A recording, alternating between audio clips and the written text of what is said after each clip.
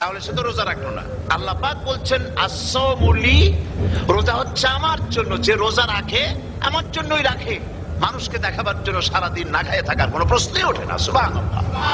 সুতরাং রোজা যে রাখলো সে আমার জন্যই রাখলো। ওয়া আনা আজজি বিহি, রোজার পুরস্কার আমি আমার হাত দিয়ে দেব। সুবহানাল্লাহ, আমার হাত দিয়ে দেব।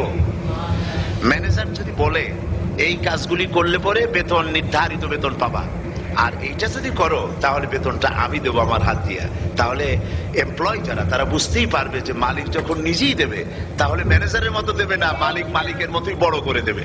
তো আল্লাহ পাক ফেরেশতাদের কাছে এটা রাখেন নাই, সব নাকি তোমরা লেখো গিয়া, আর রোজার সওয়াব আমার হাত দিয়ে আমি দেবো। সুবহানাল্লাহ। এরপরে আল্লাহ পাক বলছেন, অন্য রিওয়ায়াতে এসেছে রোজা আমার জন্য, আর রোজাদারের পুরস্কার আর কিচ্ছু না, রোজাদারের পুরস্কার আমি আল্লাহ নিজেই পুরস্কার হয়ে যাব। সুবহানাল্লাহ। হাদিস শরীফে এসেছে রোজা রাখলে পরে ক্ষুধার কারণে, খালি পেটে থাকার কারণে টক্সিন জাতীয় এক প্রকারের গ্যাস তৈরি হয় পেটের ভেতরে, স্টমাকের মধ্যে, ফলে মুখে এক রকমের দুর্গন্ধের সৃষ্টি হয়।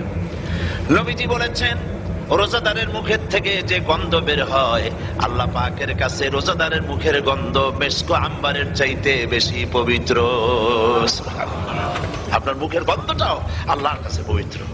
রোজাদারের জন্য, রোজাদারদের জন্য জান্নাতের একটি দরওয়াজা খাস করে রাখা হয়েছে, যার নাম রায়্যান। এই দরওয়াজা রোজাদারদের জন্য, কেবলমাত্র রোজাদারেরা সেখান থেকে প্রবেশ করবে, আর কেউ প্রবেশ করতে পারবে না।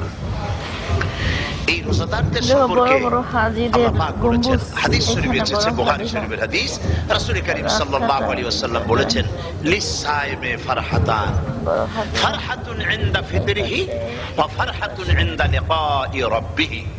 রোজাদারের জন্য দুইটা খুশি। কয়টা খুশি বলুন তো? কে বলছেন? আল্লাহ রাসূল বলছেন রোজাদারের জন্য দুইটা খুশি। লিস-সাইমে ফারহাতান, দুটি খুশি।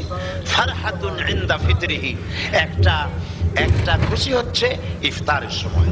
এই ফিতরিহিতে, এই ফিতরিহি দুটি কথা, এই একটি কথার দুটি ব্যাখ্যা হয়। একটা হচ্ছে ইফতারের সময়, ইফতারের কথা বলা হয়েছে, আর ঈদের কথাও এর মধ্যে বলা হয়েছে।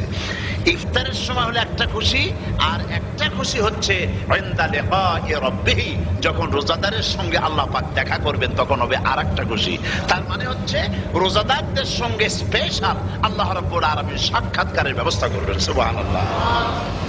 তাহলে দুটি জিনিস হলো, একটা হলো ইফতারের জন্য দুটা, রোজাদারের জন্য দুটা খুশি, একটা হলো ইফতারের সময়, আর একটা হচ্ছে আল্লাহর সঙ্গে যখন দেখা করবে।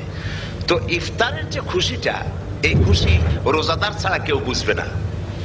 ইফতার সারাদিন রোজা রাখার পর সামনে পেঁয়াজি, বেগুনি, সালাদ, তরমুজ, মিষ্টি, তারপরে আম্বালা সুইট মিটের নানান রকমের মিষ্টি, এরপরে মুড়ি, কত কিছু সব সামনে নিয়ে বসে আছে। দেখছেন অবস্থা? সমস্ত কিছু সামনে বসা, ঘড়ির দিকে তাকানো। আপনি যদি 5 মিনিট আগে খান, ফেরেশতা এসে মুখের উপর থাপ্পড় মারবে, বেটা খাইলি কেন? বলবে কেউ? বলবে না। কোন ফেরেশতা লাঠি নিয়ে দাঁড়ায় আছে? দাঁড়ায় নাই, কিন্তু আপনি খাচ্ছেন না কেন? সুবহানাল্লাহ, সুবহানাল্লাহ বলবেন না?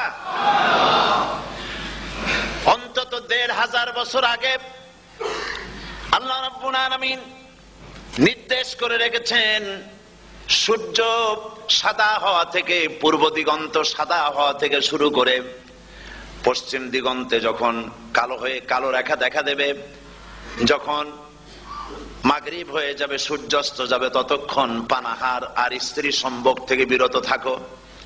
1500 বছর আগের আল্লাহ রাব্বুল আলামিনের এই নোটিশ কিভাবে কার্যকরী হচ্ছে উম্মতের মধ্যে, মুসলমানদের ভেতরে। খাবার সামনে আসে, পিপাসা লেগেছে, এখন তো পিপাসা লাগে না, খুব ঠান্ডার সময়, এখন রোজা রাখতে খুব মজা হবে, তাই না? খুব মজার রোজা। কিন্তু এই রোজা যখন জুন মাস আর জুলাই মাসে আসবে, তখন টের পায় মানুষ রোজা কাহাকে বলে। প্রচন্ড পিপাসা, সামনে সব খাবার পড়ে আছে, একটা খাবারের দিকে রোজাদারের হাত যায় না, ঘড়ির দিকে তাকায় আর চুপ করে বসে বসে আল্লাহর জিকির করতে থাকে। আল্লাহ কয় ফেরেশতারা, দেখ এই বান্দা বানাইতে নিষেধ করছিলি। সুবহানাল্লাহ। আল্লাহ খুশি হয়ে যান। রোজাদার অপেক্ষা করতে থাকে, ঠিক যখন কাটায় সময়টা এসে গেছে, তখন আল্লাহর নাম করে খুরমা দিয়ে, পানি দিয়ে ইফতার শুরু করে দিল। আল্লাহ পাক খুশি হয়ে গেলেন, এই যে ইফতার